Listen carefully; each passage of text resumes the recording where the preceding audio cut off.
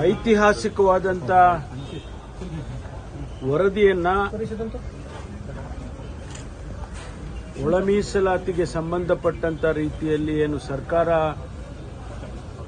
ಒಂದು ಆಯೋಗವನ್ನು ರಚನೆ ಮಾಡಿತ್ತು, ಜಸ್ಟಿಸ್ ನಾಗಮೋಹನ್ ದಾಸ್ ಅವರ ನೇತೃತ್ವದಲ್ಲಿ ಮಾಡಿದಂಥ ಆಯೋಗದ ವರದಿಯನ್ನ ಅವರು ಮಾನ್ಯ ಮುಖ್ಯಮಂತ್ರಿಗಳಿಗೆ ಇವತ್ತು ಒಪ್ಪಿಸಿದ್ದಾರೆ.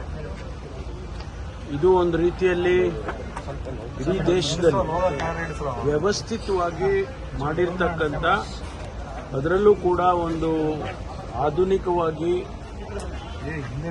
ತಾಂತ್ರಿಕತೆಯನ್ನು ಉಪಯೋಗ ಮಾಡಿ, ಟೆಕ್ನಾಲಜಿಯನ್ನು ಉಪಯೋಗ ಮಾಡಿ ಕೇವಲ 2 ತಿಂಗಳಲ್ಲಿ ಈ ವರದಿಯನ್ನ ಸರ್ಕಾರಕ್ಕೆ ಒಪ್ಪಿಸಿದ್ದಾರೆ. ಅದರ ಒಳಗಡೆ ಏನಿದೆ ಅಂತ ನಮಗಿನ್ನೂ ಗೊತ್ತಿಲ್ಲ. ಮಾನ್ಯ ಮುಖ್ಯಮಂತ್ರಿಗಳು ವರದಿಯನ್ನ ಸ್ವೀಕಾರ ಮಾಡಿದ ಮೇಲೆ ಅದನ್ನ ಮುಂದಿನ ಸಂಪುಟದಲ್ಲಿ ಅದನ್ನು ಇಡಬೇಕು ಅಂತ ಹೇಳಿ ಈಗಾಗಲೇ ಸೂಚನೆಯನ್ನು ಕೂಡ ಕೊಟ್ಟಿದ್ದಾರೆ. ಒಂದು ಸಾರಿ ಅದು ಸಂಪುಟಕ್ಕೆ ಬಂದ ಮೇಲೆ ನಮಗೆಲ್ಲ ವಿಷಯಗಳು ಗೊತ್ತಾಗುತ್ತೆ.